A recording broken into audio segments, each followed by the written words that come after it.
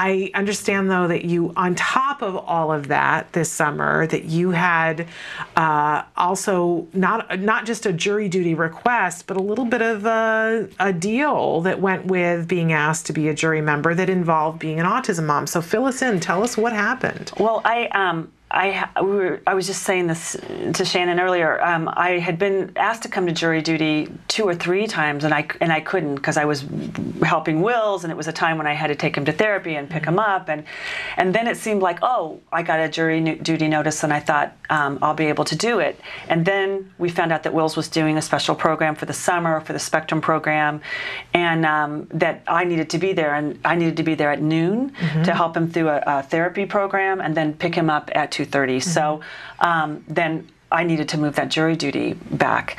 And when he's in school now, he doesn't need me during the day. And my husband can probably pick him up usually at 3:30, or somebody, you know, we could figure this out. But there's nobody to help me this summer. So I called them. They said, you have to show up for jury duty anyway, which I understand because I had moved it 3 times before. So I showed up thinking, you know, I dressed nice, I showed up, I explained again what was going on to the person that signed me in. She said, you still have to go in, which I was happy to do. So I went in to the jury pool, and I still thought, well, if it's just a week or a week and a half, maybe I can pull this off and my husband can fill in for me, but it's hard because he's working on a movie too and doing The Simpsons. So, and that's what puts money on our table. I know my writing doesn't put a lot of money on our table. So I went and I stood up and I said, oh, well, first of all, they said that it looked like the trial was going to run 4 to 8 weeks. Yeah. And if there was anybody there that didn't think they could do 4 to 8 weeks, they should say something. And I knew I couldn't do 8 weeks. I couldn't do 4 weeks. So they went through a lot of people. There were about 60 of us in the room, and people had true financial hardships, and I understood. But then I stood up and I said, well, I said, I do want to do jury duty, but 4 to 8 weeks I can't do right now. I don't think, because I said I have a special needs child and before I could say anything else, he said, really, you have a special child? Because my child's not special. My grandchildren are not. Does anybody here have a child that's not special? Okay, we all agree. We all have special children. This was the judge? Yes. Oh, and my I'm goodness. standing, and everyone's looking at me, and I said, I couldn't believe it, and so my jaw was just like dropped. He goes, "You can close your mouth," and I said, "I will never get my mouth closed again." I said, "I have never been spoken to like that." I said, "I have a child with autism." He said, "I don't care." Oh my goodness! I said, you may not care, but I care. And I said, I have to pick this child up. He said, what makes you so special that you have to come in here and tell us about obviously you're dressed well, obviously you financially can handle it. He said, you sit down and show up for jury duty. You're part of the pool. And I said, I won't sit down. I won't be spoken to like this. I said, how many parents of autistic children have you spoken to like this? And they haven't sat down. And he said, you're going to be in contempt of court. And I said, that's fine. I said, I'd rather be arrested than have you tell me to sit down and me sit down. And he said, well, listen, however special, and he's doing air quotes, your child is, he said, nobody here is interested and nobody cares. He said, get somebody else to pick up your kid. And I said, my kid can't just be picked up by anybody else. And I said, you need to get yourself educated on autism and not talk to people like this. And he said, I'm going to throw you out. And I said, would you please, because I'm a writer, and boy, would I love to write this up in the Los Angeles Times. Yes. Please throw me out.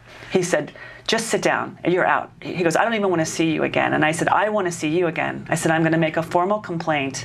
And I said, I'm glad I was brave enough to say something, but I can't imagine the number of parents you've put through hell in here.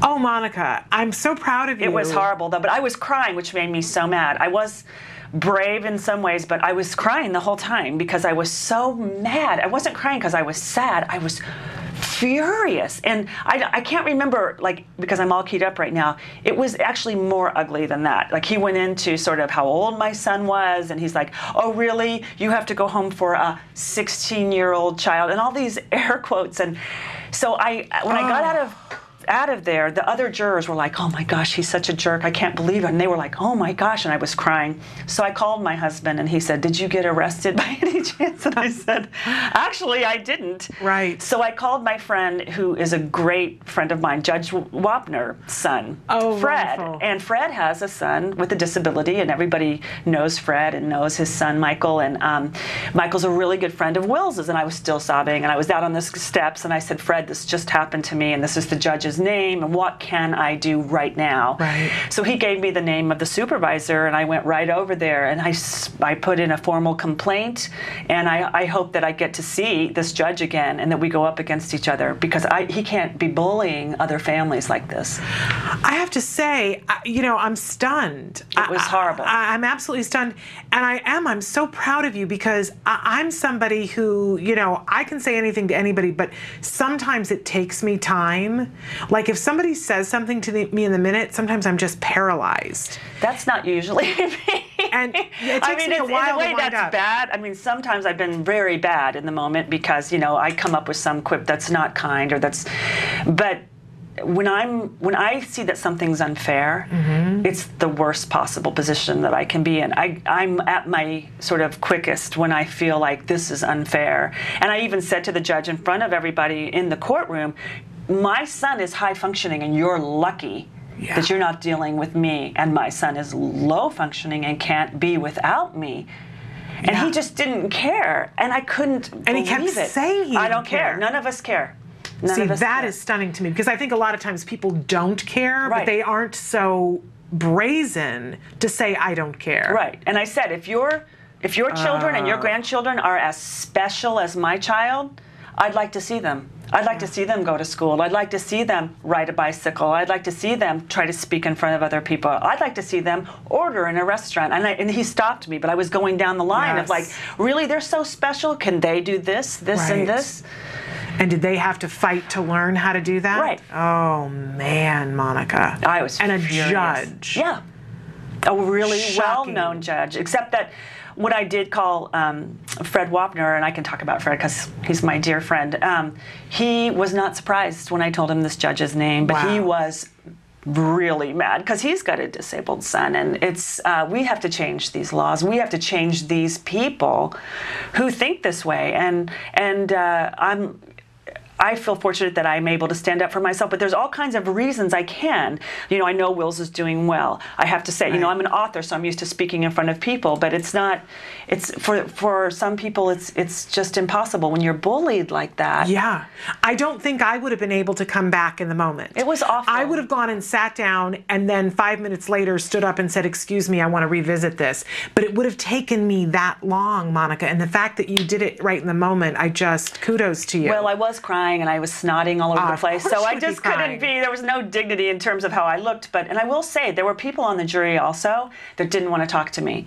They were like, "Oh my gosh, you stood up to the judge," or they just wanted to be away from me. And I also thought, shame on them as well. Yes. And I think if I'd been in a courtroom and somebody had been standing up and trying to stick up for their autistic son, I can guarantee you I would have stood with them. Yes. So I was surprised. If it had been happening to you and I had been there, I would have been right on my feet and I would have said, "Excuse me." Yes, and even the lawyers were shocked. I would have gotten a phone going and said, "Let's videotape this, you butthead." Right. Because the lawyers were just in shock, and I'm sure they were thinking, "This guy's going to try my case." Oh my goodness! But maybe they weren't. I don't know. But it was horrifying. So I've already written it for my third book, and the lawyers are trying to decide whether I can put the name of this judge in my book, and I think I should. And I have witnesses. I got the names and numbers of the people that were on the jury. I've got 4 witnesses that gave me their name and number.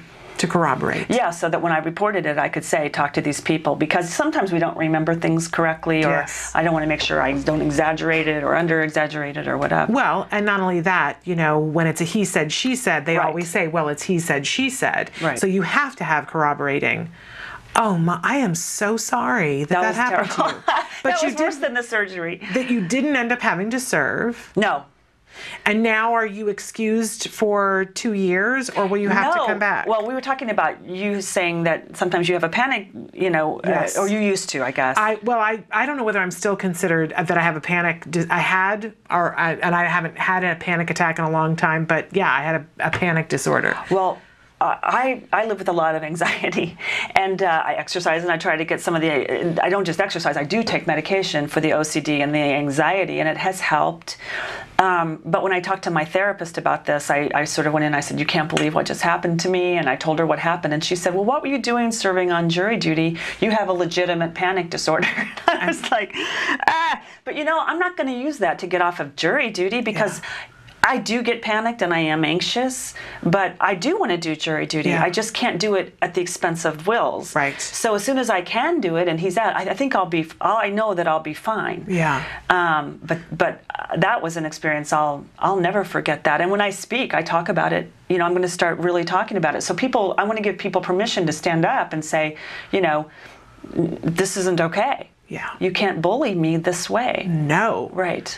My goodness. It was shocking. To be at that level and be a judge, and you know that there are cases that are coming before him that have autism somewhere in the case. That's exactly what I was thinking. And if that is the attitude that he's going to take, he is not fit to serve on those cases. And what if, God forbid, he should meet my son somewhere who does have autism, expects certain things from my son that he just can't do because of his autism? What is this guy going to be like with my son on the street, let alone in a situation where he's the judge deciding and you're what's happening? I mean, we talk all the time on the show about how important and essential it is to train police. Yes. So that they understand and can react because, there is a phrase that is out there that we have used here before on the show, death by autism. And there are lots of different ways that can happen, that when these kids elope and drown and other things, but also, the police, we had a case just in the last month, and it wasn't somebody who had autism, it was a young man who had Down syndrome who had gone to see a movie with his caregiver, and she went to go get the car. While she was getting the car, he started asking questions. He wanted to see the movie again. He tried to get in or whatever. And the person who was working at the ticket booth got concerned because he's very big, an adult, and called the police, who arrived. And by that point, he was agitated. Oh, no. So they asked him to leave or desist or whatever. He wasn't really understanding. So, of course, they got out the handcuffs. Oh, no. This is my biggest fear. Monica, and it's a very unhappy ending. No. Oh, yes. They handcuffed him and put him on his belly. He had claustrophobia issues and panic issues. They put him on his belly, and they were yelling at him to calm down and quit fighting. And, of course, the police were scared. It's not that the police are horrible people. Right. No, they were scared. They're walking into a circumstance. But I don't know whether he went into heart failure because he was having a panic, but he died. He died. And, of course, the caregiver comes back. She's gone for like 5 minutes. She comes back, and the police feel terrible about it, but it literally is a lack of understanding. Yeah, but I know, Monica, Nancy and I covered this story a couple weeks ago, and we both cried and said, it's really sad. Because this could happen to any of our kids. In fact, Emily Island was with us last week, and she has a new movie out called Be Safe, the movie, and I'm going to share with you the site to go. Great. Because it's something we should all be watching with our kids, because there's a lovely scene. I've screened part of the movie. There's a lovely scene where they show a mistaken identity, where a kid who's coming home on the spectrum, the police come, draw guns, and handcuff him, and he knows what to do because he's been trained. And I had to talk with my son about it, because when you think about it, and I'm going to have a son who's going to be 6'7". Yeah. You've got Will's a gentle giant. 6'4". Yeah. And we need to make sure that they know what to do in a situation so that it doesn't escalate. Yes.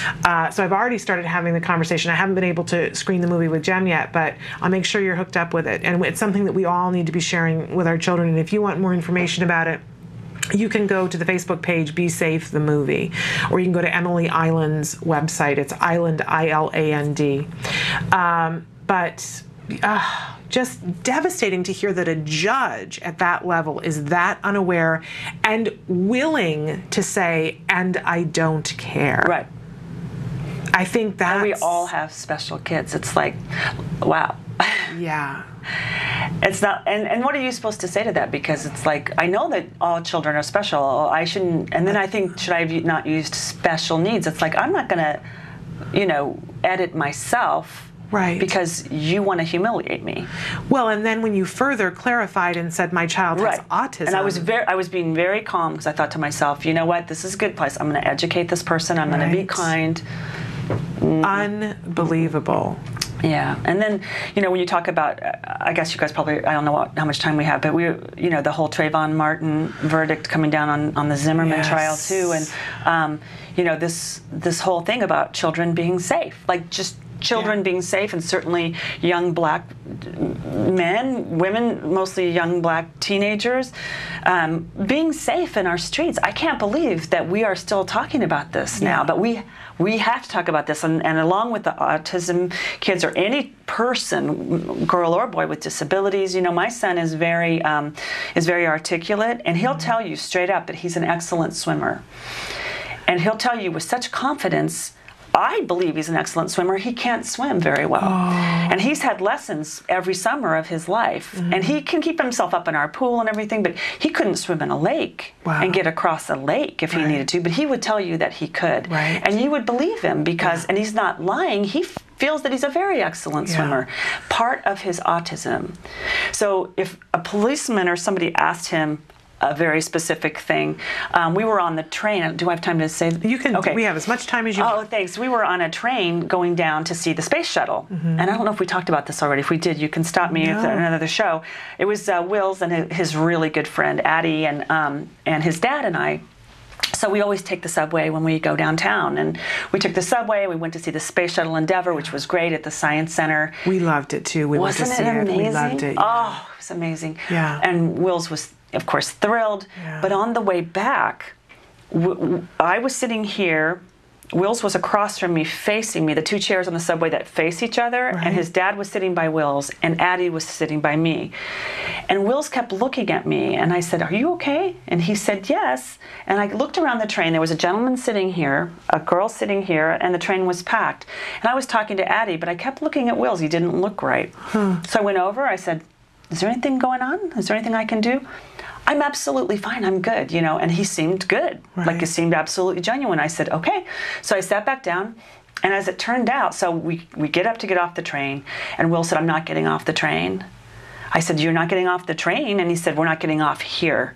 I said, "Okay, that's fine." So people got off the train, and we stayed put, and the doors closed, and he burst into tears, and he said, "That gentleman sitting beside you was flashing me dirty pictures from a magazine." No, it was from a videotape. He had 2 videotapes that had bad pictures on the front out of his jacket, and then closing it. And then when I looked over, everything looked fine. Now, Will's could not, I was right there. His dad was right here, closer than you are to me. He couldn't say to either one of us. I mean, we could have caught that guy easily. His dad is 6'5" or 6'4" and a half.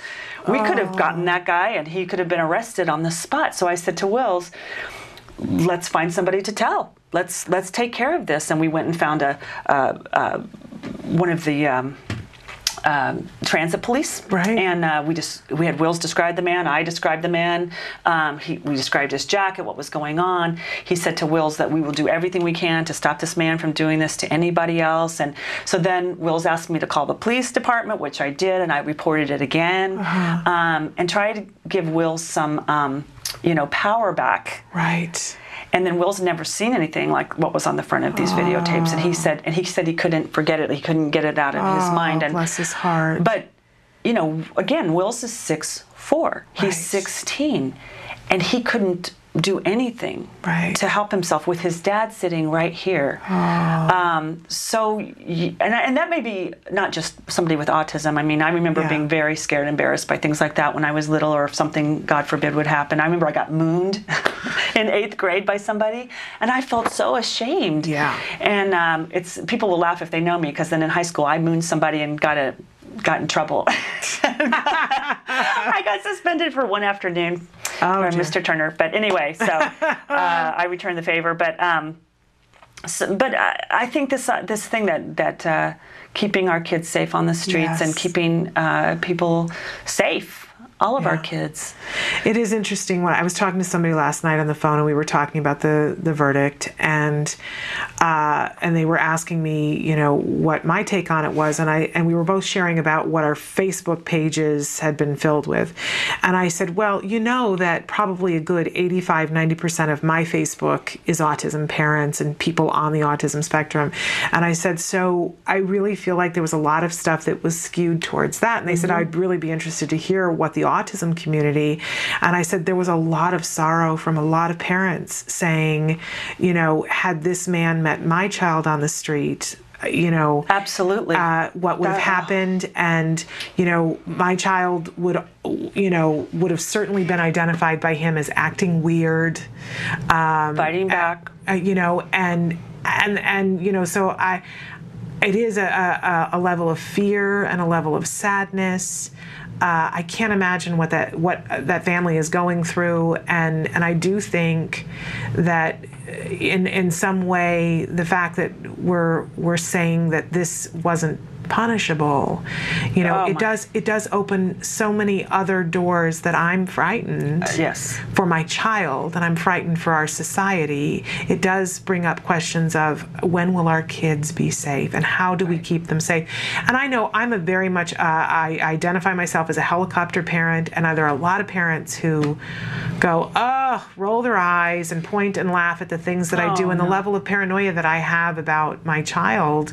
But you know, and then things happen, and I go, well, this is why. This is why. This is exactly why. Marian Wright Edelman wrote on the Huffington Post yesterday, she was saying, you know, until every black child is safe on our streets, no child is safe. That's right. We've let down all of our children, not just our African American children. Absolutely. We've let down all of our children, and I have chills because I just saw it coming over. I was listening to NPR, and they said it was just. I guess it's all over the place, but they said, you know, Zimmerman got his gun back, and I'm almost like, I guess I'm speechless. Yeah. Really, he got his gun back, and I understand the laws in Florida or whatever, but like, you know, he took a child's life.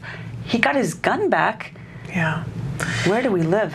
Yeah, well, and you know, my husband was saying to me, he said, you know, he was feeling what a lot of us were feeling, but he said, you know, I do think you need to read, and I haven't yet had a chance to, some of the articles about why, to the letter of the law, that the jury came up with what they did, and he said that's giving me a little bit of peace, because it's not as if they're saying that everything was okay, but that to the letter of the law that they followed their instructions. But because the prosecution, they're saying, didn't prove their case, and they just could not convict him. So that is different. On the other hand, then we've got to look at those laws. Exactly. We've got to look at those laws. That's what brings up for me and says, then we have work to do in another area. Yes. And it should be important to all of us.